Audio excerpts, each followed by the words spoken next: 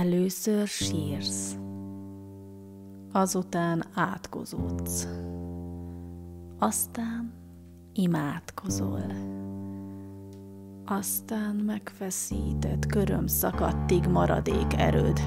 Akarsz, eget ostromló akarattal, s a lehetetlenség konok falán zúzott véresre koponyád. Azután elalélsz.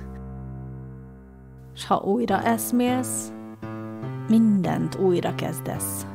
Utoljára is tompa kábulattal, szótalanul, gondolattalanul mondod magadnak.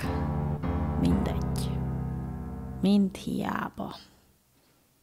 A bűn, a betegség, a nyomorúság, a mindennapi szörnyű szürkeség tömlőcéből nincsen menekvés.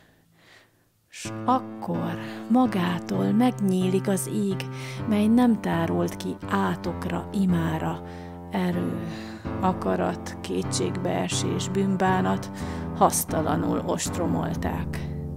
Akkor megnyílik magától az ég, s egy pici csillag sétál szembe véled, s olyan közel jön, szépen mosolyogva, hogy azt hiszed, a tenyeredbe hull.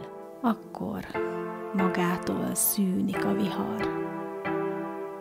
Akkor magától minden elcsitul. Akkor magától éled a remény.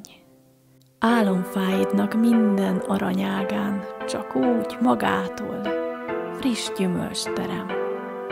Ez a magától, ez a kegyelem.